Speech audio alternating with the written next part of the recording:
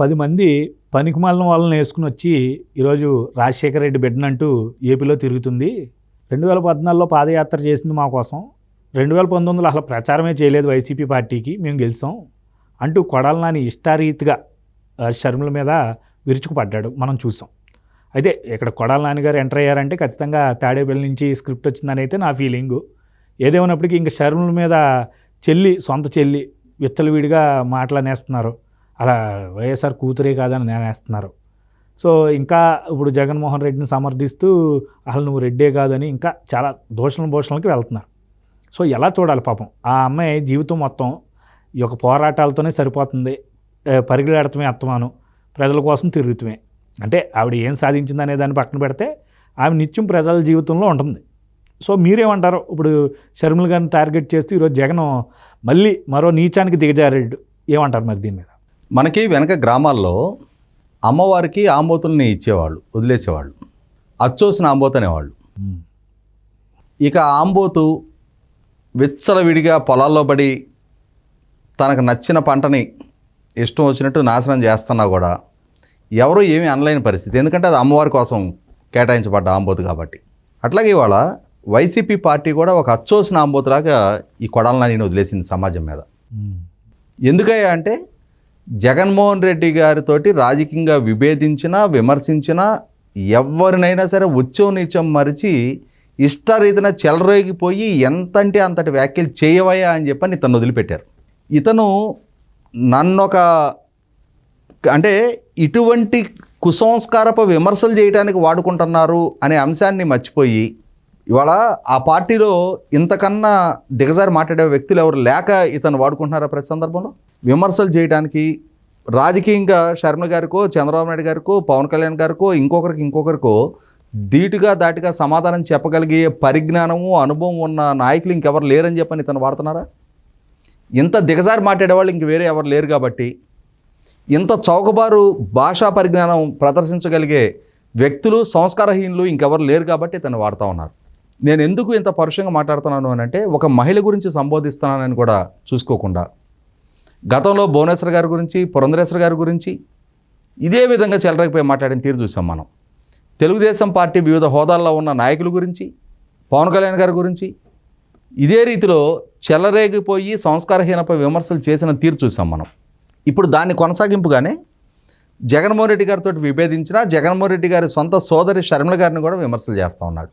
ఇవాళ అతను ఏం మాట్లాడుతున్నాడు? 10 మంది పనికిమాల వాళ్ళని వేసుకొని తెలంగాణ నుంచి ఆంధ్రాకు వచ్చి రాజశేఖర రెడ్డి బిడ్డనని చెప్పుకుంటుంది అంటున్నాడు. అసలు కనీసం జ్ఞానం లేదా ఆ కొడాలి నానికి ఆ మాట మాట్లాడటానికి? రాజశేఖర రెడ్డి బిడ్డనని చెప్పుకోవటం ఏంటి? రాజశేఖర రెడ్డి బిడ్డే ఆమె. జగన్మోహన్ రెడ్డికి నువ్వు బయట వ్యక్తివి, కానీ జగన్మోహన్ రెడ్డి తోడబుట్టిన చెల్లెలు ఆమె. ఇవాళ రాజకీయంగా విభేదిస్తే నువ్వు సన్నిహితుడివి, ఆమె బయట వ్యక్తి అయిపోయింది. మీ విధానాలను ప్రశ్నిస్తే, మీ ప్రభుత్వంలో లోటుపాట్లను ఎత్తి చూపితే, మీ తప్పొప్పుల్ని ఎంచి మాట్లాడుతుంటే ఇవాళ ఆమె మీకు ఒక శత్రువుగా మారిపోయింది, వర్గశత్రువుగా ట్రీట్ చేస్తున్నారు. ఇవాళ అత్యంత జుగుత్సాకరమైన భాషతో కుసంస్కారపై విమర్శలు మీరు చేస్తున్నారు. ఆమె విధానాలకు కట్టుబడి రాజకీయపరమైన విమర్శలు చేస్తుంది. వాటికి సమాధానాలు చెప్పలేని అసమర్థత మీలో ఉండి ఈరోజు జగన్మోహన్ రెడ్డి గారు సూటిగా స్పష్టంగా ఆమె లేవనెత్తుతున్న అంశాలకి తను స్పందించలేక, తను దాటిగా సమాధానం చెప్పలేక మీలాంటి వాళ్ళని ప్రయోగించి ఆమె వ్యక్తిత్వహానానికి పాల్పడుతూ ఉన్నారు. ఏం మాట్లాడుతున్నారు? 2014లో ఆమె పాదయాత్ర చేసింది, కానీ మేము నెగ్గలేదు అంటున్నారు. ఇక్కడ గుర్తు చేసుకోవాల్సిన అంశం ఏంటి అంటే, జగన్మోహన్ రెడ్డి గారు పార్టీ ఏర్పాటు చేసుకున్నారు.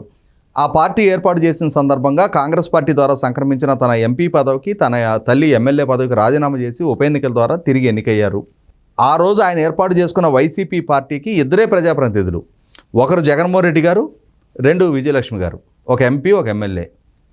ఆ సందర్భంలో కాంగ్రెస్ ప్రభుత్వ హయాంలో గౌరవ హైకోర్టు ఆదేశాలతోటి ఈయన మీద అక్రమాస్తుల కేసులు నమోదైనవి. కేసులు ఒకటి కాదు, ఒక 11 కేసులు నమోదైనవి, 11 ఛార్జ్షీట్లు నమోదైనవి, 16 నెలలు జైల్లో ఉంచారు. వేల కోట్ల రూపాయలు లూటీకి పాల్పడ్డాడు ఈయన. వాళ్ళ నాన్న అధికారాన్ని అడ్డం పెట్టుకొని వ్యవస్థల్ని చేతిలో పెట్టుకొని దోచేశాడు అని చెప్పని ట్రంకు పెట్టెల కొద్దీ దస్తావేజులు, ఫైళ్ళతోటి, డాక్యుమెంట్ ఎవిడెన్స్ తోటి కోర్టుకు సబ్మిట్ చేశారు. అటువంటి నేపథ్యంలో ప్రజల్లో జరిగిన చర్చ ఏంటి అంటే, నిన్నగాక మొన్న పార్టీ ఏర్పాటు చేశారు. ఇప్పుడు వేల కోట్ల రూపాయలు దోచేసిన ఆరోపణలతోటి ఈయన జైల్లో ఉన్నాడు. అసలుకి ఈ పార్టీ బతికి బట్టగట్టుద్దా? అసలు ఈ నాయకుడికి ఇక రాజకీయ ప్రస్థానం మనుగడ సాగించే అర్హత ఉందా, అవకాశం ఉంటుందా అని చెప్పని రకరకాల చర్చలు జరుగుతున్న సందర్భంగా ఆ రోజు ఆ పార్టీని కాపాడటానికి ముందుకొచ్చి బరువు బాధ్యతల భుజానేసుకుంది ఈ షర్మిల, ఈ కొడాలని కాదు. ఆ రోజు ఆమె చేసిన పాదయాత్ర, ఆ రోజు జగన్మోహన్ రెడ్డి గారికి మద్దతుగా కాంగ్రెస్ పార్టీతో విభేదించి బయటకు వచ్చిన శాసనసభ్యులు ఉప ఎన్నికలను ఎదుర్కొన్న సందర్భంగా వారికి ప్రచార బాధ్యతలు కూడా భుజానేసుకుంది ఆమె, ఈ కొడాలని కాదు. జగన్మోహన్ రెడ్డి జైల్లో ఉన్నాడు, ఒంటరి పోరాటం ఆమె తల్లి చేశారు. ప్రచార బాధ్యతలు మొత్తం వాళ్ళిద్దరు మోశారు.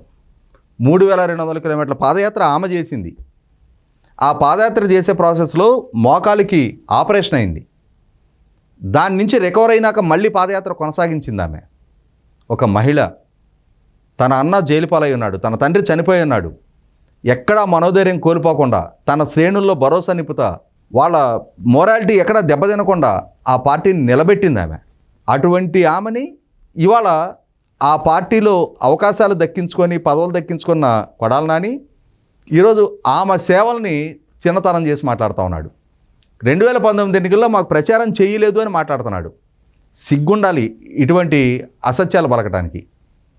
ఒకసారి గుర్తు చేసుకుంటే ఆమె 100కి 100 పాళ్ళు జగన్మోహన్ రెడ్డి గారి తప్పొప్పులను అన్నిటినీ కవరప్ చేసుకుంటా, జగన్మోహన్ రెడ్డి గారిని ప్రజానాయకుడిగా ప్రజల ముందు పోర్ట్రేట్ చేసుకుంటా తన అన్న గెలుపుకు దోహదం చేసింది. ఆ రోజు మంగళగిరిలో జరిగిన ప్లేనరీ సందర్భంగా నారా లోకేష్ మీద ఎంత ఘాటు విమర్శలు చేసింది ఆమె. ఈ కొడాలి నాని చేశాడా? రాజకీయంగా ప్రత్యర్థులను చీల్చి చెండాడింది ఆ రోజు ఆమె. ఒక విషయం గుర్తు చేసుకుంటే మంగళగిరిలో ఆమె ఒక బస్సు యాత్ర చేస్తున్న సందర్భంగా చెయ్యి ఇట్లా బయటికి ఇస్తే ఆమె చేతి ఉంగరం లాగేశారు. ఒకసారి ఆ సంఘటన గుర్తు చేసుకోమని కొడాలి నానిని. 2019 ఎన్నికల సందర్భంగా ప్రచార సందర్భంలోనే జరిగింది అది. ఆమె ప్రచారమే చేయలేదు అంటున్నాడు 2019 ఎన్నికల్లో. అంటే ఈ కొడాలి నాని మొహం చూసి ఓట్లు బండియా? ఆ రోజు జగన్మోహన్ రెడ్డి గారికి అండగా నిలబడింది తల్లి చెల్లె. జగన్మోహన్ రెడ్డి గారి తర్వాత ప్రచార బాధ్యతలు మొత్తం మోసింది తల్లి చెల్లె. ఇవాళ అధికారం దక్కిన తర్వాత హోదాలు దక్కించుకొని ఇవాళ విలాసాలు క్యాసినోలు నిర్వహించుకుంటా ఇవాళ సొమ్ము వీళ్ళు కూడా పెట్టుకుంటా ఉన్నారు. అరాచకాలు, ఆక్రమణలు, దౌర్జన్యాలు, దాడులు వీళ్ళు చేస్తూ ఉన్నారు. పుట్టెడు అవినీతికి వీళ్ళు పాల్పడుతూ ఉన్నారు. రాష్ట్రాన్ని అప్పుల కుప్పగా వీళ్ళు మార్చారు. చేసిన వాగ్దానాలు ఏమైపోయినాయి, వాటిని ఎంత స్థాయిలో నెరవేర్చారు అని చెప్పని ఇవాళ ప్రతిపక్ష హోదాలో ఆమె ప్రశ్నిస్తుంటే సమాధానం చెప్పలేని అసమర్థతతోటి ఇవాళ ఆమె వ్యక్తిత్వాన్ని పాల్పడుతూ ఉన్నాడు ఈ కొడాలి నాని. ఆ కొడాలి నానే కాదు, ఇక్కడ పార్టీ అంతా అదే రీతిలో. ఇప్పుడు మిగిలిన అందరూ ఏ వైఖరి అవలంబిస్తూ ఉన్నారో ఇవాళ వాస్తవాలన్నీ తెలుసుండి, ఇవాళ ఆ పార్టీ మనుగడకి కారణం ఆమెని చెప్పని తెలుసుండి ఇవాళ కొడాలి నాని ఇలాంటి 4వ చట్టసభకు ఎన్నికైన శాసనసభ్యుడు, లక్షల మంది ప్రజలకు ప్రజాప్రతినిధిగా ఉన్నాడు. నిత్యం నిరంతరం ఏ నాయకుడినైనా ఏ నాయకురాలనైనా ఇదే విధంగా వ్యాఖ్యలు చేస్తూ ఉంటాడా? ఇదే వైఖరి అవలంబిస్తూ ఉంటాడా? ప్రతి దానికి ఒక బ్రేకింగ్ పాయింట్ అనేది ఉంటుంది. ఎదుటి వాళ్ళు సహించడానికైనా భరించడానికైనా కూడా ఒక పరిమితి ఉంటుంది. ప్రస్తుతం మీకున్న అధికారం వల్ల, మీకున్న యంత్రాంగం వల్ల, మీకున్న రక్షణ వల్ల మీరు ప్రస్తుతం మేము చాలా సేఫ్గా ఉన్నామని చెప్పని రొమ్మిర్చుకొని తిరగచ్చు. కానీ అధికారాంతం అనేది ఒకటి ఉంటుంది. ఇంకెన్నాళ్ళు ఉంది ప్రభుత్వానికి పరిమితి? ఇంకా మహా అయితే ఇంకొక 2 నెలలు. ఆ తర్వాత కూడా ఇదే రొమ్ము మీరు ప్రదర్శించగలుగుతారా? మీరు ఇదే అహంకార ధోరణి, ఇదే నోటి దురుసు ప్రదర్శించగలుగుతారా? 100కి 100 పాళ్ళు ఖచ్చితంగా ప్రజా కోర్టులో ఇవన్నీ ప్రజలు వీటిని పరిగణలోకి తీసుకుంటూనే ఉంటారు. ఇవాళ మహిళల పట్ల ఇంత జుగుత్సాకరంగా గతంలో భువనేశ్వర్ గారి గురించి కూడా ఇదే విధంగా మాట్లాడాడు, పురంధరేశ్వర్ గారి గురించి కూడా ఇదే విధంగా మాట్లాడాడు.